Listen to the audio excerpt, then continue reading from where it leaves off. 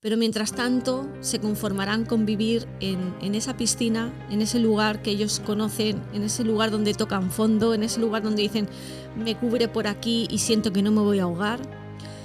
Pero se estarán perdiendo todo ese océano que hay alrededor de esa piscina, que te puede llevar a lugares maravillosos, a conocer islas preciosas, pero tú te vas a quedar ahí en tu piscina, en tu zona segura, y ese es el precio que tiene que pagar un evitativo.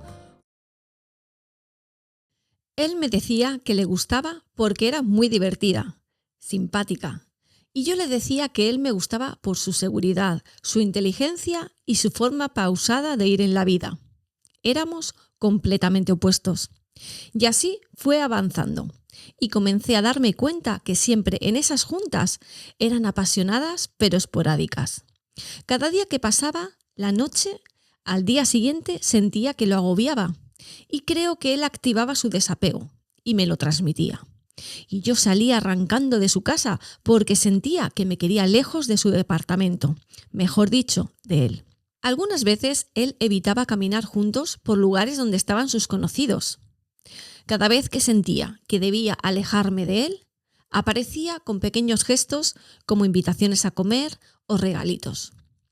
No mentiré que alguna vez le comuniqué que no entendía su forma, ya que cuando se ausentaba días por temas de trabajo, no contestaba a mis mensajes y desaparecía, pero volvía y yo aceptaba cada invitación a vernos.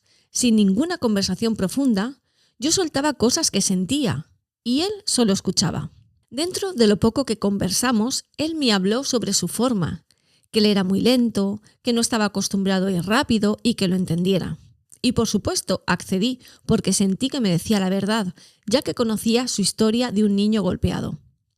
Pero seguían repitiéndose sus comportamientos, aunque en ocasiones sé que intentaba poner algo de su parte. A la fecha recuerdo que mostró muchas banderas rojas, pero no quise presionarlo porque me sentía enamorada. Hasta un día veo que me bloqueó y lo enfrenté. Me respondió que no era por mí y no daba más información.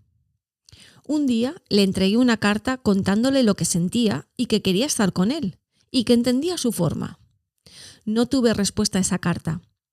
Solo un día me preguntó que quería saber cuántas veces necesitaba que él me llamara para yo estar tranquila. Respondí que no podía darle esa respuesta, sino que yo necesitaba saber que él estaba conmigo como pareja, lo que siempre quedaba ahí, sin entrar en más profundidad. Yo siempre le daba sermones y lo invitaba a ver a algún terapeuta para solucionar sus temas de comunicación y relaciones, en especial con su hija, porque no tienen buena relación. Y él se burlaba.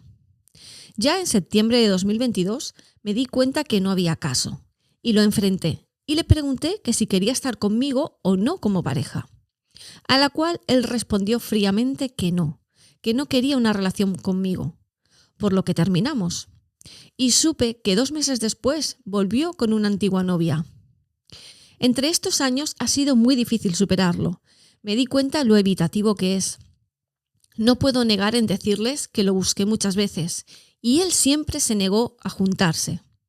En marzo del 2024 tuvimos un encuentro donde me negué a tener relaciones con él. A la semana siguiente de ese encuentro me envía un mensaje sobre los 5 lenguajes del amor, sin escribir ni un texto sobre ello. Octubre del año 2024 me envía saludos por mi cumpleaños y me envía un poema de Fernando García sobre todos desteñimos, todos fallamos, todos somos imperfectos. El secreto está en buscar a alguien deliciosamente imperfecto. Sé que quiso comunicarse, pero no permití que esa forma fuera la justificación de sus acciones, porque nunca dijo nada. Solo enviaba un texto de otros reels o poemas, pero que se dejan a la interpretación de cada uno. No entiendo su comportamiento. Su padre fue quien lo dañó en su infancia. Sin embargo, él en cada momento necesita su aprobación, como que necesita ver a su golpeador. También he visto cómo se aleja de su hija. Prácticamente no tienen relación. Se aleja de quienes lo quieren. Y en noviembre del 2024 nos encontramos en una junta familiar donde nos saludamos cordialmente.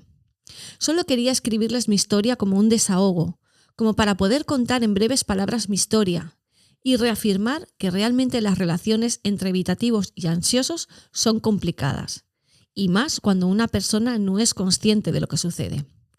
Y uno, en este caso yo, quedé muy dañada. Desde 2021 a la fecha sigo con dolor, pero ya va pasando. Pero sirve escuchar otros casos y entender que el amor no es así. El amor todo lo puede. No es así como nos enseñan. Y la importancia de las terapias que ayudan a seguir adelante. Estas personas que considero evitativo extremo, ¿huyen del amor? ¿Del vínculo? ¿De lo que sintió o se asustó? ¿Por qué vuelven a su zona segura?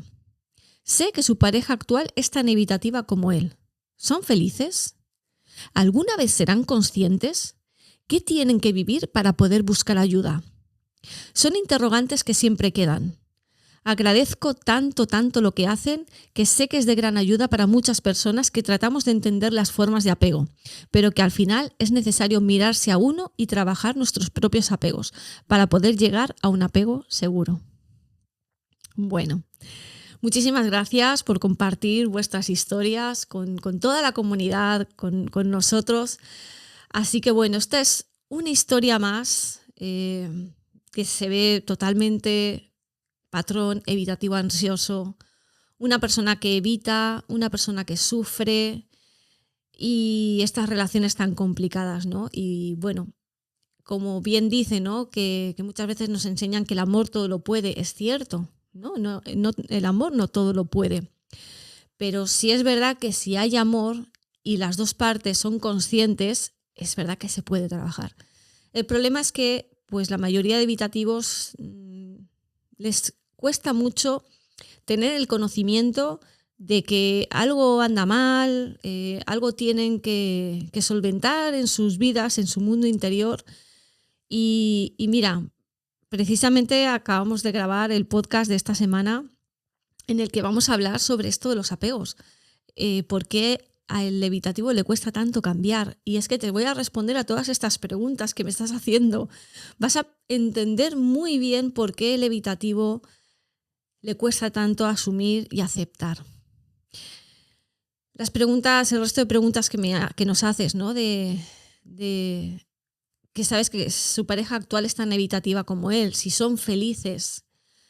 Bueno, viven en una felicidad que para ellos puede ser su tope. La felicidad de un evitativo puede estar en simplemente sentir paz y tranquilidad. Y piensan que eso es su máxima, ¿no? De bueno, para mí la felicidad es sentirme en paz.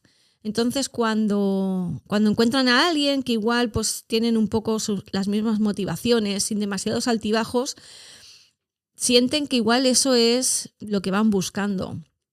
Obviamente los que ya sabemos, ¿no? Que el mundo emocional es mucho más profundo, que todo esto que se vive con estas parejas que son más emocionales nos hacen experimentar unas cosas que jamás en la vida hemos vivido, ¿no? Pero que a la vez nos cuesta tanto porque nos mueve tanto nuestro mundo emocional, nos confronta tanto que muchas veces no somos capaces de sostener ese tipo de relaciones, ¿no? Por eso acabamos huyendo, separándonos, como que en nuestra imaginación nos imaginamos también, ¿no? Esas relaciones de fantasía, de que nos encantaría que todo fuera perfecto y maravilloso, ¿no? Con esa persona que nos da tanta emocionalidad en nuestra vida, que nos inunda con tanto color, pero a la vez como que no somos capaces de sostener tanta viveza. Entonces nos conformamos con vivir en grises, en blanco y negro, y quizás esos colores que nos faltan lo vamos buscando en otras cosas que seguramente muchas veces no son las mejores. Entonces, claro, hay que tener pues eso, un equilibrio, conocerse a uno mismo, tener inquietudes, querer hacer introspección, querer sanar. Pero mientras tanto se conformarán con vivir en esa piscina, en ese lugar que ellos conocen, en ese lugar donde tocan fondo, en ese lugar donde dicen me cubre por aquí y siento que no me voy a ahogar. Pero se estarán perdiendo todo ese océano que hay alrededor de esa piscina, que te puede llevar a lugares maravillosos, a conocer islas preciosas, pero tú te vas a quedar ahí en tu piscina, en tu zona segura y te vas a perder de mucho, ¿no? Entonces, bueno, ese es el precio que tiene que pagar un evitativo cuando vuelve a su zona de confort, pero es donde se sienten seguros. Entonces es también legítimo que quieran vivir ahí, pero bueno, hay que ser muy conscientes de que, por eso el propósito del canal, ¿no? Divulgar estos temas para que muchas personas que no se reconocen como apegos evitativos, que puedan entender cómo funciona esto, que puedan entender que pueden causar mucho dolor. Las personas ansiosas también empezar a conocer cómo funcionan los evitativos para que tampoco haya ese trauma tan fuerte, ¿no? De sentir que el problema está en uno, ¿no? Y que yo he hecho las cosas mal, por eso el otro se ha alejado, ¿no? O sea, es empezar a entendernos y esto trae mucho alivio a las vidas. Y si después hay un compromiso y se puede trabajar, pues muchísimo mejor, ¿no? Así que bueno, no sé si he respondido a alguna de tus preguntas. Huyen del amor, huyen del vínculo. Bueno, pues como te digo, para ellos el amor, este amor que está fuera de su control, sí, es una zona insegura. Para ellos es un mundo donde sienten que pueden ser dañados, donde les pueden hacer mucho daño, donde los pueden rechazar, donde los pueden abandonar, y entonces se prefieren alejarse y decir, bueno, ya aquí me quedo, ¿no?